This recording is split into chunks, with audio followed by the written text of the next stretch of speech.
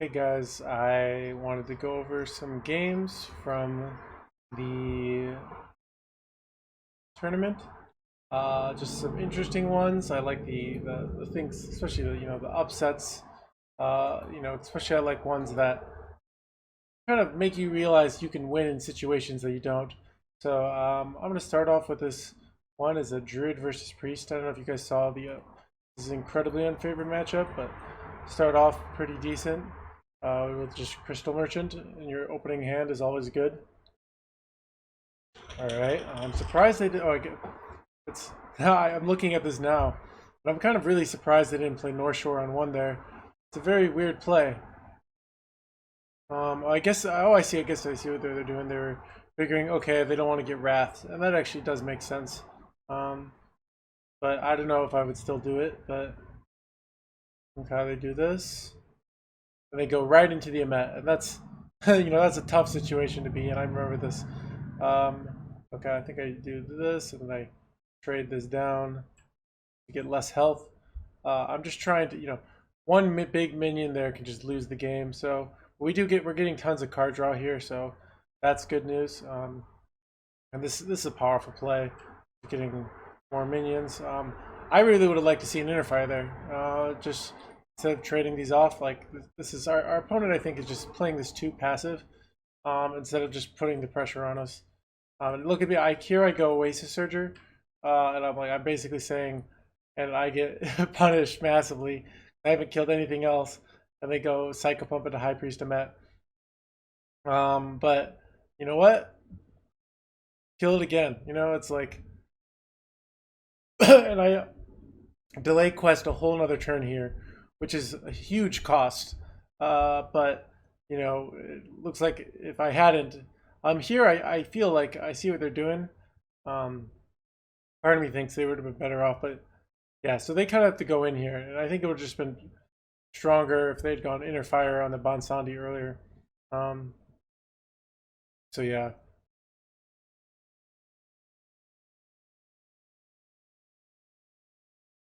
nourish.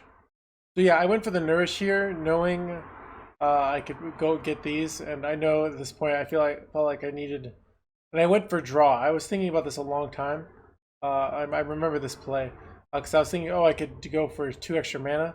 And I was thinking, if I get Wardred Lodi, like that's what we really want here. Um, and So I decided to do that instead, and I got 2 of these, but I did not get Wardred Lodi, not what I was looking for. Um, so they trade here. Let's see. Yeah. And this is like, oh my god. Another High Priest Emet. And then I believe, let's see, I go Nourish here. And I get another Starfall. And I just kill this off. And when they've used a Divine Spirit and an Inner Fire, they're much less threatening here. They've also used a Circle of Healing, so it's less like, and a Never Set, so it's less likely. And they actually silence their own guy here. But and this was, I get a really good top deck. You guys can probably guess what it is here. And yep, Starfall, swipe, full clear. And this was great because once Priest loses board, they have one other play. It's like High Priest Emet, and he's used High Priest Emet and 2 Psychopumps. He's going Bonsandi here. Um, I'm still looking for that Wardred Lodi. But let's see, I remember I go Wrath here. Second Wrath. I'm just killing this off, and then, alright, and then here I just go Wardred Lodi immediately. Don't want to give it any chance. They have no way of killing this. And this is pretty much checkmate. They've already used a Divine Spirit. They've already used an Inner Fire. Even if, so, and yeah. So that's kind of just like, sometimes, you I think the priest should have used inner fire a lot earlier. They could have used inner fire, put a lot more pressure on us. I kind of like waited too long. I got their inner, but second of all, I think the priest we took spots where we didn't, you know, float, like we didn't complete, I think, quest until we were at turn 7. Or no, maybe even turn 8. Yeah, like we were turn 8, I think, was the first turn that we had. So you have to be willing to do that, like knowing that certain things, if they spiral, you're just losing. You know, a high priest of Met unanswered is a lost game. So yeah. All right, let's take a look at another game. Let's see.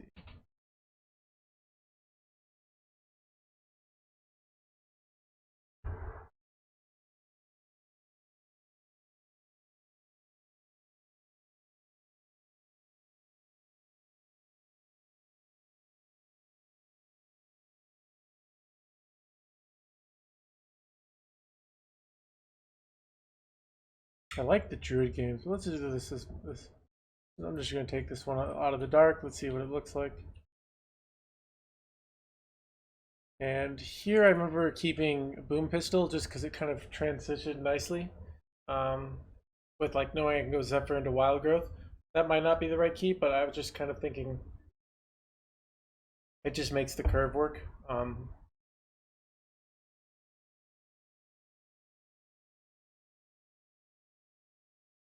Being on coin is real nice when you're, especially when you have Zephyr in hand, because I don't know if you guys saw, I lost a game my mage against X Bly's Rogue because they just had, you know, backstab coin Edwin, and I could never actually answer it. Yeah, and when I get here, I get the boom pistol here. That's just, I'm just figuring slowing them down to get this Luna's Pocket Galaxy. Because this Luna's Pocket Galaxy is a win. I'm surprised I took that damage. That might be the right play though. Um, but yeah, which is in a tough spot here. It's nice to go Lunas with Reno in hand because you can kind of sacrifice tempo with your Luna's turn, but then use Reno to kind of get back on board.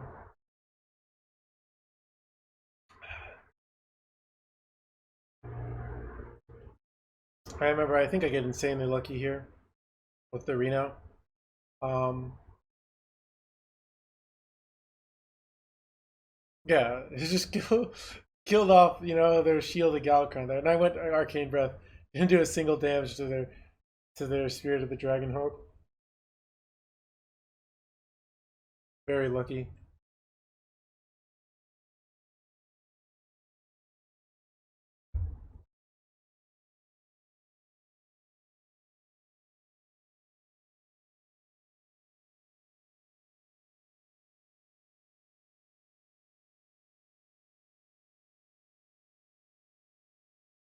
Yeah, and I'm just kind of right now I'm trying to stall till I get some draw engine. I figure I can go triple snip next turn. If they do anything crazy, we have both Frost Nova and Amazing Reno. But I mean, this is kind of what we don't want to see, but we do have plays here, you know? Let's say they go flick here on our Bone Wraith. So they're clearing some stuff off here, getting some damage. And this is a threatening spot because we don't know like how much burst they have. Currently, we can see, I'm pausing this, they have 5, 8, plus, so they could do 13 damage here just from hand, even if they don't have any board at all. So they're in a very good spot to kill us here. And I just take the safe play here and just go Reno. Reno not only gives you the armor, but when you're low on cards, Reno spell power will often give you like draw or other forms of value, which can be very useful.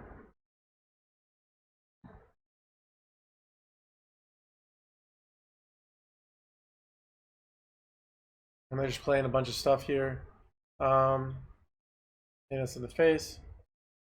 And got to take I was gonna go this, but take the Arcane Intellect here first.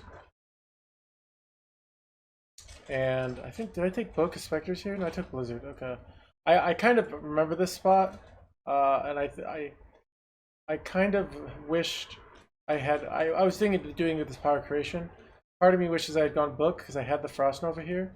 It's very close because this is, you know, better tempo, kills this, and we can, you know, I knew that I had this play coming, and I think I'd take these dudes.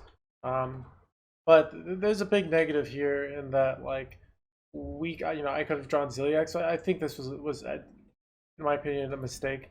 I think I'd have been better off just doing Frost Nova here because I just don't have enough value here. And you can see here they're, they bring this back into hand and they put me in a really tough spot. That's so I get pretty lucky here getting Ziliax top deck. And this was an interesting spot. And I thought, okay, I thought about this a while, and I Pyroblasted face. And I actually think I should have Pyroblasted the Kronks here. As ridiculous as it seems. We need to survive here, and this, this does put a big threat on them, but this, you can see they have a second sap here. This allows them to really kind of stay the threat, and I don't have a big threat here, so I think Pyroblasting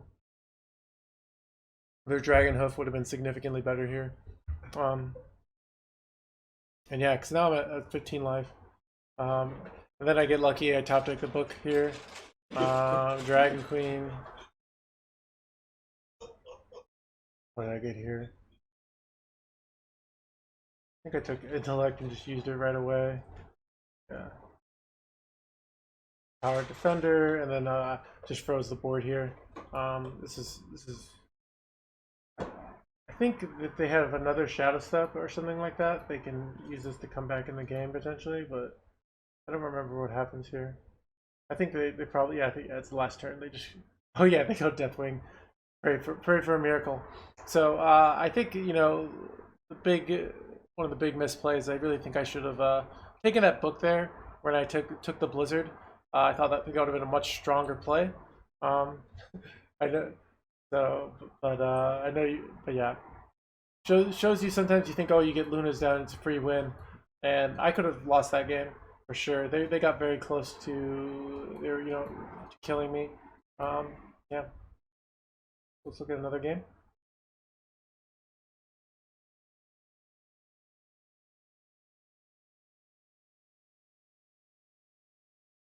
Well, I remember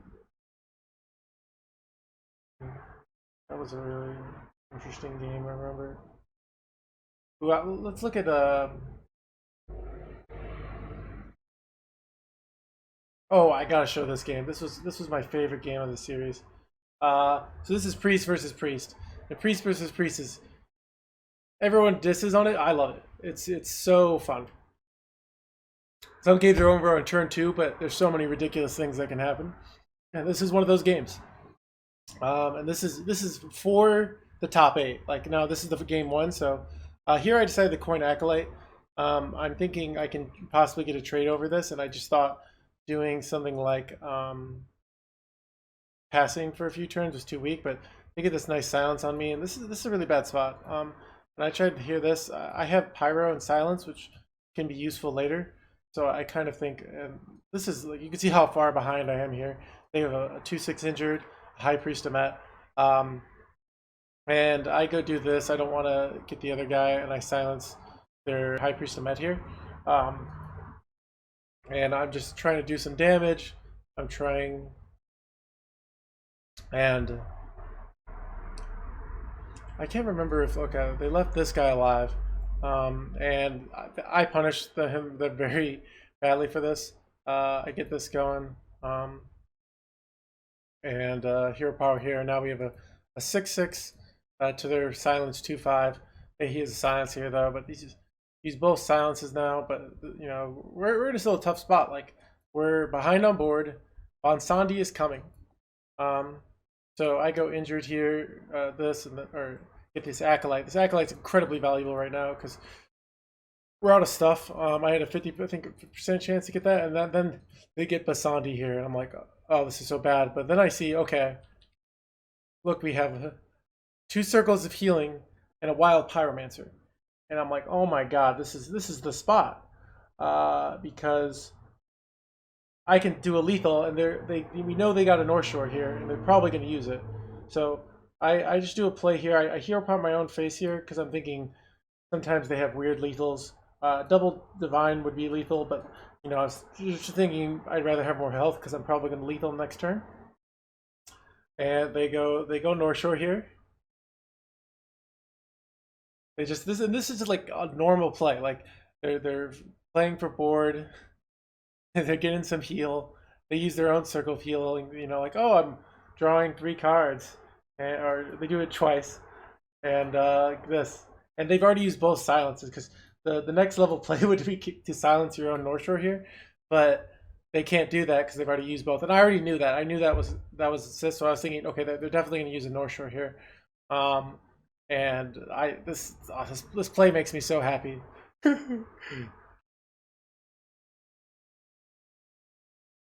Bam! 8 cards over here.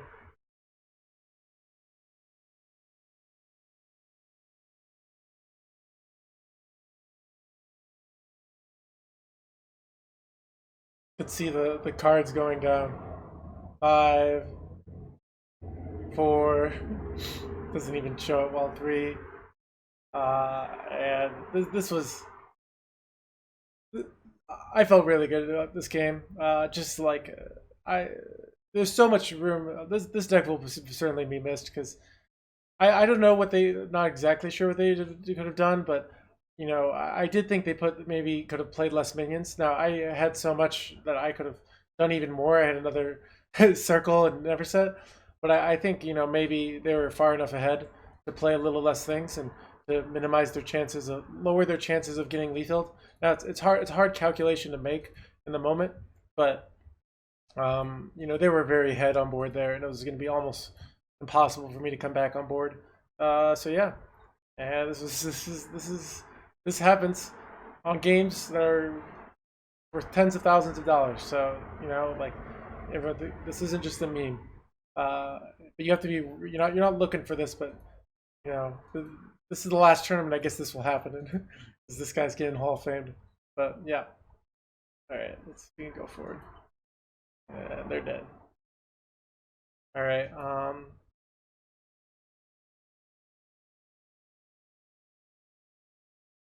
Figured so. I lost. I wonder if we could choose a game I lost, and I remember this game was. I'm trying to remember. Oh, I did have a huge blunder. I just that I almost lost a whole series, and this was huge.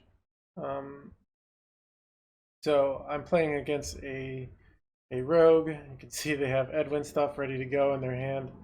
And I need to start paying attention. It's hard to hand read, but when an opponent keeps multiple cards and they don't play things, but usually on coin it's a much bigger tell that it's a Edwin play. But so I play, you know, everything's pretty standard so far. I don't play the book because I have the Lunas, and they do the Edwin play. And it looks like I should probably just lose this game on the spot, but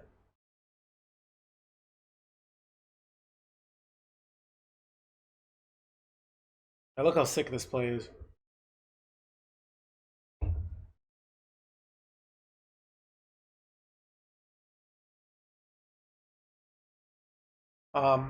And I make a huge blunder here. I get Zephyr off the top, and I play it. I really needed to ping this, so I get this Earth Shock here, and this ends up. These are these little mistakes that often, you know, they do this, they buff this up, they trade here. Now imagine if I had pinged this off. So this is a 2/2 now. Well, they can do that, but so I play this. They flick this. This guy's still alive. Also, they could have gone High Baron as well. Um, and now I'm taking, you know, even more damage. And I think I go for the coin Lunas here. Um, this Ice Baron. This is not a good situation to be in. Um, and this guy has done so much damage. Um, I think I do this in Blizzard. Um, you know, I could have gone book, but the problem with book is, well, it's just awkward on like unless I get really good stuff. Um, and I don't get an option to. I think they go boom pistol here, and it's awkward city over here, you know, or they make this board. So you know, part of me thinks book would have been better the previous turn, because Blizzard would have been more useful post that. Also, you know, it is actually relatively likely to get a boom pistol. And I could have thought about that. So we go book here, and I'm just desperate there. No real plays. Ziliax was still lethal, and it's over. But that's a spot where, you know, if I had pinged off the Ethereal Lackey, I probably win that game, like very cleanly. Uh, you know, I can probably go book. They're not nearly as ahead. So it just shows you, you know, you think, oh, this little mistake doesn't matter, and everything's really cumulative. And I almost lost the series. I lost the next game, and then I managed to win the third game, but that was a huge blunder. And you know, so just work on that stuff. You know, if you slow yourself down, and just, you know, like, you know, it's easy to just play too fast and make a big mistake. And on these big match, you know, if you're one thing, if you're just chilling playing ladder, it's fine to make those little mistakes. But you know, if you're playing a big match, slowing yourself down and trying to play perfectly is important. So.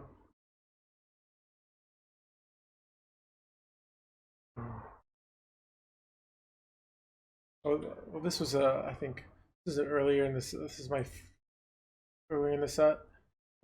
This is a Druid versus Rogue game. I just remember it being really close. I had a lot of Druid versus Rogue matches that were super close. Because I'm not running the second Warhol, or you know, so it's, you know, with the double. I don't play this. I don't with the innervate. I'd rather keep the innervates. And I go draw here in that I don't have good plays for turn 5, and this just gets owned by things like Seal Fate or Backstab. So I'm trying to get to the good stuff. You know, the cards that are winning cards. Crystal Merchant, now I can do that. That becomes a good play. I think they make a big Edwin here, am I right?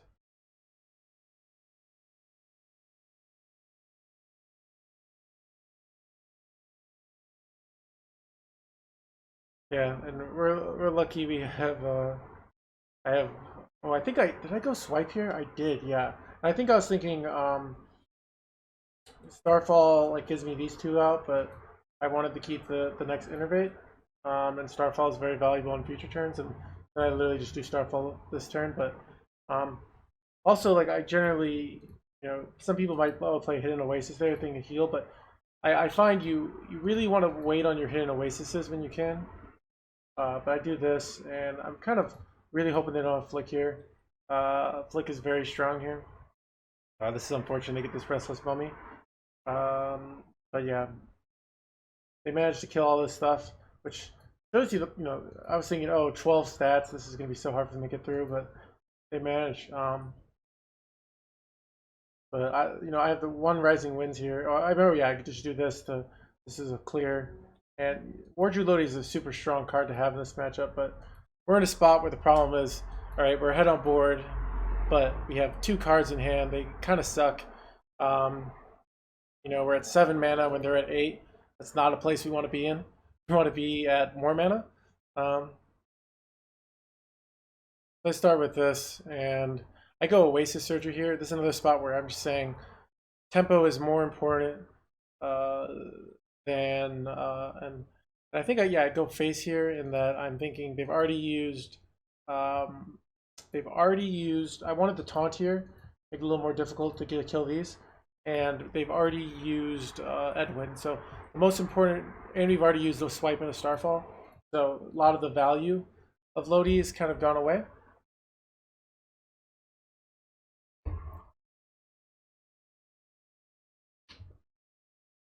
Not sure. I remember. Oh,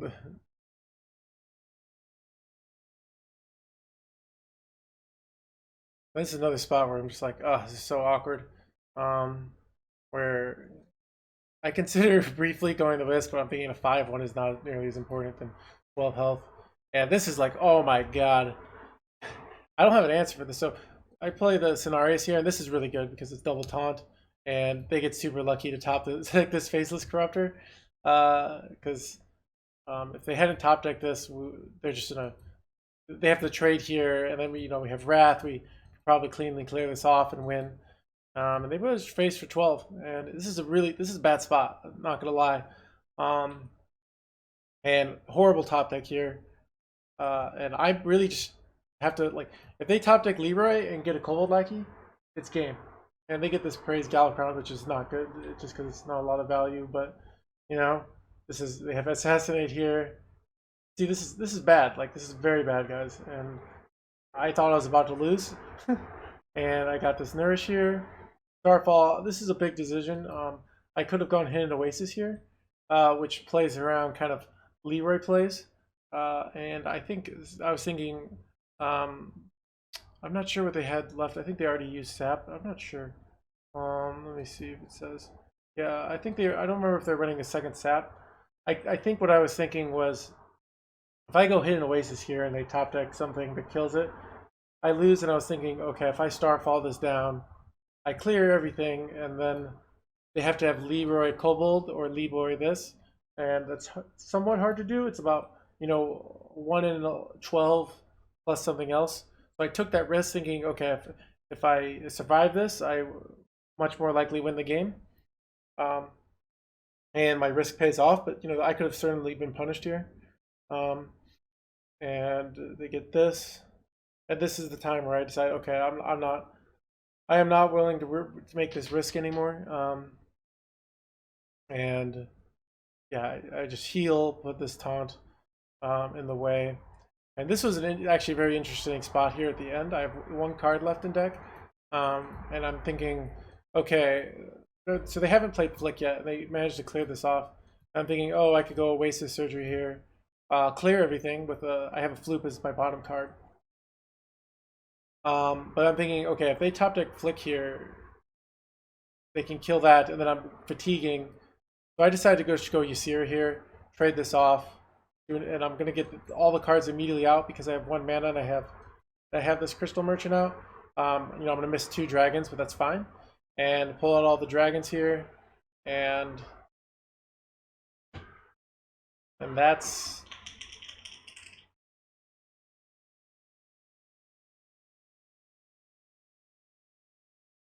so. And now there's a spot where they've already used their Kronks.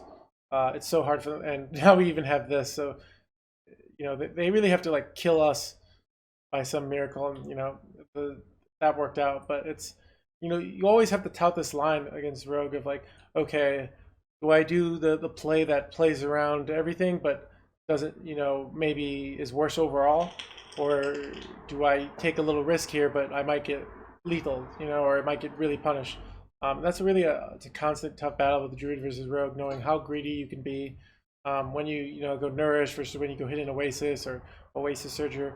And it actually is very difficult sometimes, but I think knowing the subtlety of that. But I mean, because this game that Deathwing they almost won, which is crazy, saying how we had stabilized. I should probably be thinking about, okay, they played Draconic Lackey, and they haven't played a dragon yet.